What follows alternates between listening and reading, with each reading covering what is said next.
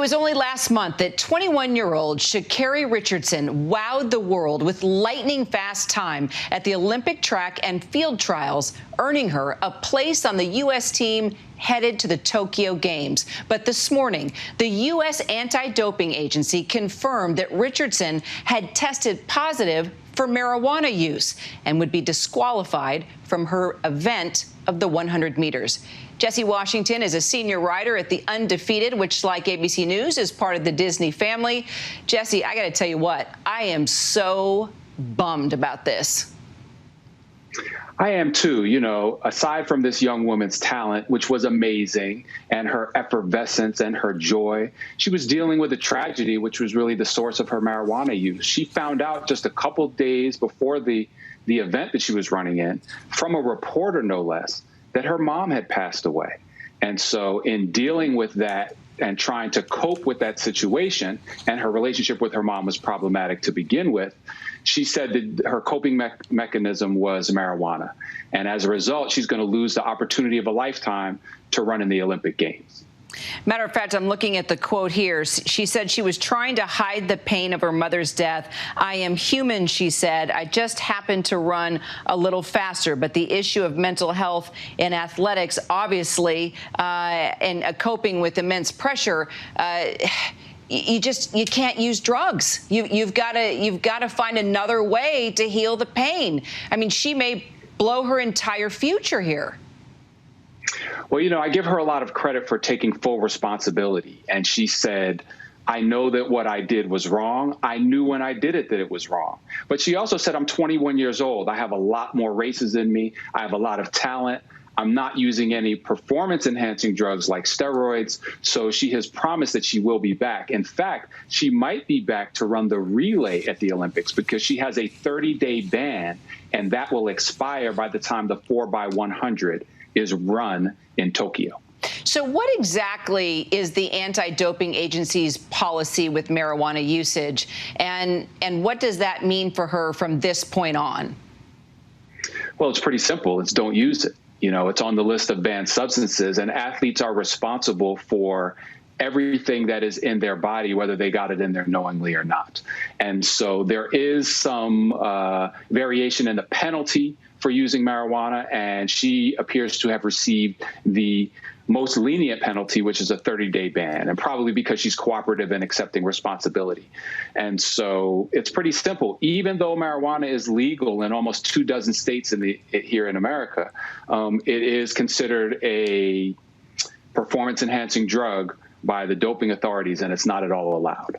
Is it? I mean, I know we've heard about athletes using drugs before. I mean, wasn't it Michael Phelps, right, that was caught smoking pot, if I remember right? What do you think about this? I mean, should athletes be given a pass because they're so healthy and they're so good at what they do, and you know, maybe it's okay to do this, to relax? I mean, it's such a, we always say don't use drugs, and then you're looking at like the most amazing athletes in the world and they're using drugs.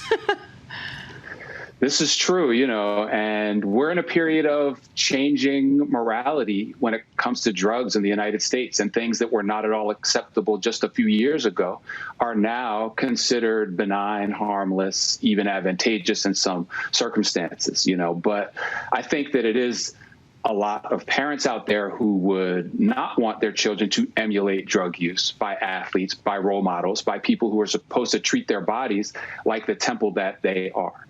And so we're really in a changing time now in America, and we have to figure out how it is that we're going to move forward and what our values are going to be.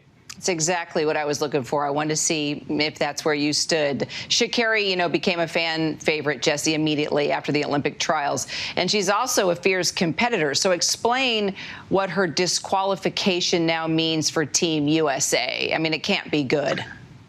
Right. It's a huge blow to Team USA. You know, Sha'Carri ran 10.72 earlier this year, which is the fastest time in the year at that time, and is now the second fastest time in the year.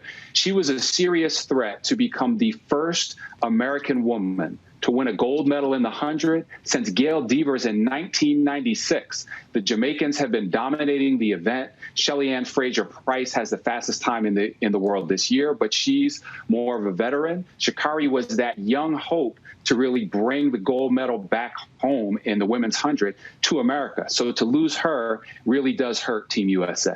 It's going to be really interesting to see how fans react going forward. You know, a few athletes in both amateur and professional sports have advocated actually for taking marijuana off the banned substance list. So especially now that it's legal, like you mentioned, in many states. So do you actually see that that's a possibility that that could happen?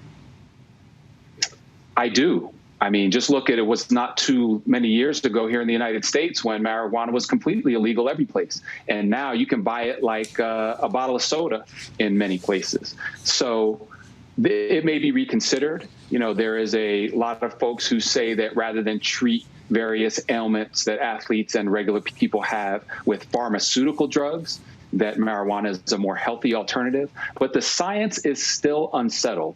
Yes, there are benefits to marijuana in terms of stress relief and anxiety and things like that. But is that outweighed by the negative effects that marijuana can have on the body, particularly on young people? The science is still not settled. These things need to be worked out before any real well-considered moves can be made. Not only are you a senior writer, you're also now a doctor. I love it. You brought it all together for us. Dr. Washington, thank you so much for your time today. Thank you. Hi, everyone. George Stephanopoulos here. Thanks for checking out the ABC News YouTube channel. If you'd like to get more videos, show highlights, and watch live event coverage, click on the right over here to subscribe to our channel. And don't forget to download the ABC News app for breaking news alerts. Thanks for watching.